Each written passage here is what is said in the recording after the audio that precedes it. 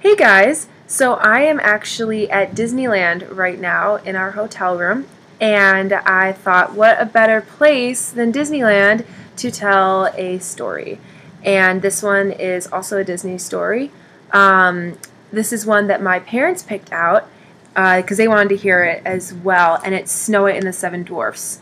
But I feel like, as in my room as well, the lighting is really bad in here, so I'm just gonna, I think I can fix that real quick. Look at that. I know. It's so cool. It's so magical. And I love it. But here's some more lights to actually make me a little more visible. And we'll just wait for the music I think the music stops pretty soon. But it's really great, so enjoy it. You can have a moment of reflection before we start Snow White.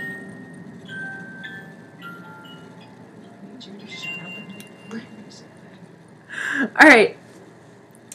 Snow White and the Seven Dwarfs.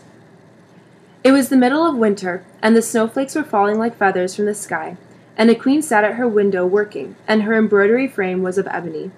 And as she worked, gazing at times out in the snow, she pricked her finger, and there fell from it 3 drops of blood on the snow. And when she saw how bright and red it looked, she said to herself, "Oh, that I had a child as white as snow, as red as blood, and as black as the wood of the embroidery frame." Not very long after, she had a daughter, with a skin as white as snow, lips as red as blood, and hair as black as ebony, and she was named Snow White. And when she was born, the queen died. After a year had gone by, the king took another wife, a beautiful woman, but proud and overbearing, and she could not bear to be surpassed in beauty by anyone. She had a magic looking-glass, and she used to stand before it and look into it and say, "Looking-glass upon the wall, who is fairest of us all?" And here's the picture of that. And the looking-glass would answer, "You are fairest of them all." And she was contented, for she knew that the looking-glass spoke the truth. Now Snow White was growing prettier and prettier, and when she was 7 years old, she was as beautiful as day, far more so than the queen herself. So one day when the queen went to her mirror and said, "Looking-glass upon the wall, who is fairest of us all?" it answered, "Queen, you are full fair, 'tis true, but Snow White fairer is than you." This gave the queen a great shock, and she became yellow and green with envy, and from that hour her heart turned against Snow White, and she hated her. And envy and pride, like ill weeds, grew in her heart higher every day, until she had no peace day or night. At last she sent for a huntsman and said, "Take the child out into the woods, so that I may set eyes on her no more. You must put her to death, and bring me her heart for a token." The huntsman consented, and led her away. But when he drew his cutlass to pierce Snow White's innocent heart, she began to weep, and to say, "Oh, dear huntsman, do not take my life. I will go away into the wild wood, and never come home again." And as she was so lovely, the huntsman had pity on her, and said, "Away with you then, poor child." For he thought the wild animals would be sure to devour her, and it was as if a stone had been rolled away from his heart when he did not put her to death. Just at that moment, a young wild boar came running by, so he caught and killed it, and taking out its heart, he brought it to the queen for a token. And it was salted and cooked, and the wicked woman ate it up, thinking that there was an end of Snow White. Now when the poor child found herself quite alone in the wild woods, she felt full of terror, even of the very leaves on the trees, and she did not know what to do for fright.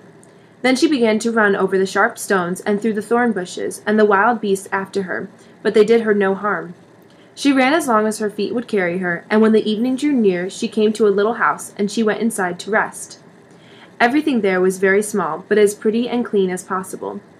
There stood the little table ready laid and covered with a white cloth, and 7 little plates, and 7 knives and forks and drinking cups.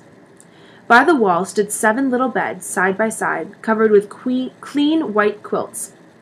Snow White, being very hungry and thirsty, ate from each plate a little porridge and bread, and drank out of each cup a little drop of wine, so as not to finish up one portion alone.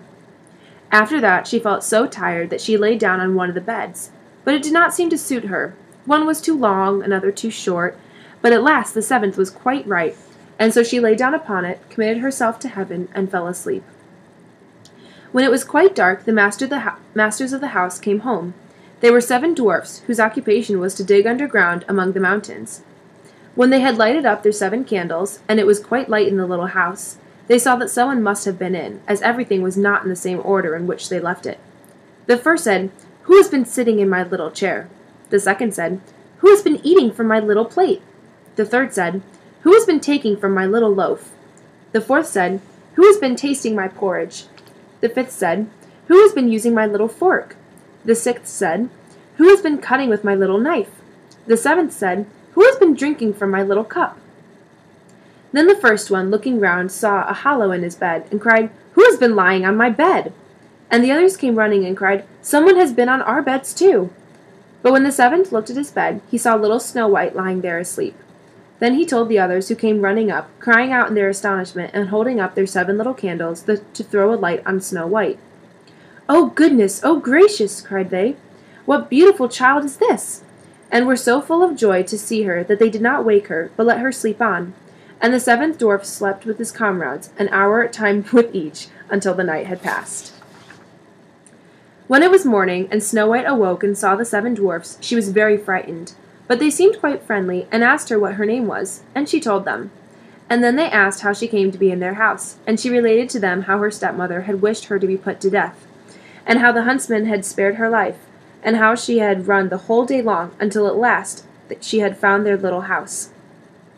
Then the dwarf said, "If you will keep our house for us, and cook, and wash, and make the beds, and sew, and knit, and keep everything tidy and clean, you may stay with us, and you shall lack nothing." "With all my heart," said Snow White. And so she stayed and kept the house in good order. In the morning the dwarfs went to the mountain to dig for gold. In the evening they came home, and their supper had to be ready for them. All the day long the maiden was left alone, and the good little dwarfs warned her, saying, "Beware of your stepmother. She will soon know you are here. Let no one into the house." Now the queen, having eaten Snow White's heart, as she supposed, felt quite sure now that she was the first and fairest, and so she came to her mirror and said, "Looking glass upon the wall, who is fairest of us all?" And the glass answered, "Queen, thou art of beauty rare, but Snow White living in the glen with the 7 little men is 1,000 times more fair." Then she was very angry, for the glass always spoke the truth, and she knew that the huntsman must have deceived her, and that Snow White must still be living. And she thought and thought how she could manage to make an end of her, for as long as she was not the fairest in the land, envy left her no rest. At last she thought of a plan. She painted her face and dressed herself like an old peddler woman, so that no one would have known her. In this disguise she went across the 7 mountains until she came to the house of the 7 little dwarfs, and she knocked at the door and cried, "Fine wares to sell! Fine wares to sell!" Snow White peeped out of the window and cried, "Good day, good woman! What do you have to sell?" "Good wares, fine wares," answered she, "laces of all colors." And she held up a piece that was woven of variegated silk. "I need not be afraid of letting in this good woman," thought Snow White, and she unbarred the door and bought the pretty lace. "What a figure you are, child," said the old woman. "Come and let me lace you properly for once." Snow White, suspecting nothing, stood up before her and let her lace her with the new lace. But the old woman laced so quickly and tightly that it took Snow White's breath away, and she fell down as dead. "Now you have done with being the fairest," said the old woman as she hastened away. Not long after that, towards evening, the 7 dwarfs came home, and were terrified to see their dear Snow White lying on the ground, without life or motion.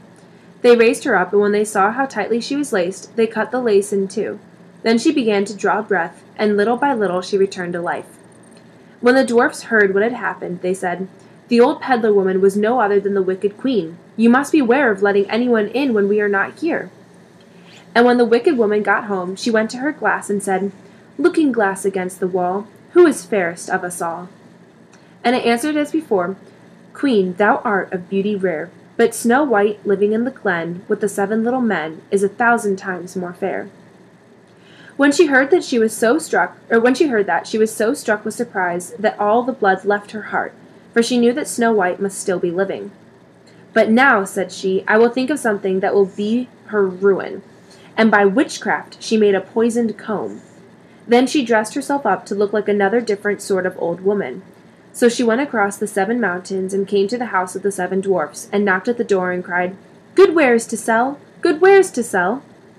Snow White looked out and said, "Go away! I must not let anybody in." "But you are not forbidden to look," said the old woman, taking out the poisoned comb and holding it up. It pleased the poor child so much that she was tempted to open the door, and when the bargain was made, the old woman said, "Now for once your hair shall be properly combed." Poor Snow White, thinking no harm, let the old woman do as she would, but no sooner was the comb put in her hair than the poison began to work, and the poor girl fell down senseless. "Now, you paragon of beauty," said the wicked woman, "this is the end of you," and went off. By good luck it was now near evening, and the 7 little dwarfs came home. When they saw Snow White lying on the ground as dead, they thought directly that it was the stepmother's doing, and looked about, found the poisoned comb, and no sooner had they drawn it out of her hair than Snow White came to herself and related all that had passed. Then they warned her once more to be on her guard, and never again to let anyone in at the door. And the queen went home and stood before the looking-glass and said, "Looking-glass against the wall, who is fairest of us all?"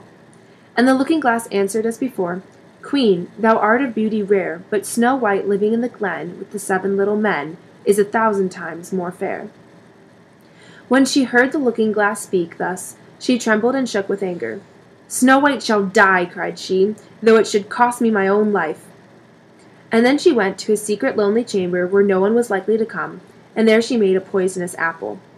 It was beautiful to look upon, being white with red cheeks, so that anyone who should see it must long for it, but whoever ate even a little bit of it must die. When the apple was ready, she painted her face and clothed herself like a peasant woman, and went across the 7 mountains to where the 7 dwarfs lived. And when she knocked at the door, Snow White put her head out the window and said, "I dare not let anybody in. The 7 dwarfs told me not to." "All right," answered the woman. "I can easily get rid of my apples elsewhere. There, I will give you one." "No," answered Snow White, "I dare not take anything." "Are you afraid of poison?" said the woman. "Look here, I will cut the apple in 2 pieces. You shall have the red side, and I will have the white one." For the apple was so cunningly made that all the poison was in the rosy half of it. Snow White longed for the beautiful apple, and as she saw the peasant woman eating a piece of it, she could no longer refrain, but stretched out her hand and took the poisoned half. But no sooner had she taken a morsel of it into her mouth than she fell to the earth as dead, and the queen, casting on her a terrible glance, laughed aloud and cried, "As white as snow, as red as blood, as black as ebony, this time the dwarf will not be able to bring you to life again." And when she went home and asked the looking-glass, "Looking-glass against the wall, who is fairest of us all?" At last it answered, "You are the fairest now of all." Then her envious heart had peace, as much as an envious heart can have. The dwarfs, when they came home in the evening, found Snow White lying on the ground, and there came no breath out of her mouth, and she was dead. Here's a picture of that right there.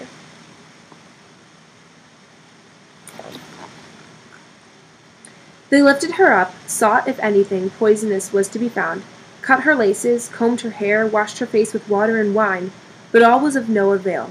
The poor child was dead, and remained dead. Then they laid her on a bier, and sat all 7 of them around it, and wept and lamented 3 whole days. And then they would have buried her, but she looked still as if she were living, with her beautiful blooming cheeks. So they said, "We cannot hide her away in the black ground," and they made a coffin of clear glass, so as to be looked into from all sides, and they lay her in it, and wrote in golden letters upon it her name, and that she was a king's daughter. Then they set the coffin out upon the mountain, and one of them always remained by it to watch. And the birds came too, and mourned for Snow White, first an owl, then a raven, and lastly a dove. Now for a long while Snow White lay in the coffin, and never changed, but looked as if she were asleep, for she was still as white as snow, as red as blood, and her hair was as black as ebony. It happened, however, that on one day a king's son rode through the wood and up to the dwarf's house, which was near it. He sat on the mountain, He saw on the mountain the coffin, and beautiful Snow White within it, and he read what was written in golden letters upon it. Then he said to the dwarfs, "Let me have the coffin, and I will give you whatever you like to ask for it." But the dwarfs told him that they could not part with it for all the gold in the world. But he said, "I beseech you to give it to me, for I cannot live without looking upon Snow White. If you consent, I will bring you to great honor, and care for you as if you were my brethren." When he so spoke, the good little dwarfs had pity upon him, and gave him the coffin. And the king's son called his servants and bid them carry it away on their shoulders. Soldiers. Sorry. Now it happened that as they were going along, they stumbled over a bush, and with the shaking, the bit of poisoned apple flew out of her throat. It was not long before she opened her eyes and threw up the cover of the coffin and sat up, alive and well. "Oh dear, where am I?" cried she. The king's son answered, full of joy, "You're near me." And, relating all that had happened, she said, "I would rather have you than anything in the world. Come with me to my father's castle, and you shall be my bride." And Snow White was kind and went with him, and their wedding was held with pomp and great splendor. But Snow White's wicked stepmother was also bidden to the feast. And when she had dressed herself in beautiful clothes, she went to her looking-glass and said, "Looking glass upon the wall, who is fairest of us all?" The looking-glass answered, "O Queen, although you are of beauty rare, the young bride is 1,000 times more fair." Then she railed and cursed and was beside herself with disappointment and anger. First she thought she would not go to the wedding, but then she felt she should have no peace until she went and saw the bride. And when she saw her, she knew her for Snow White, and could not stir from the place for anger and terror. For they had ready hot iron shoes in which she had to dance until she fell down dead. The end. That's the end of Storytime with Rebecca. I love you guys, and good night.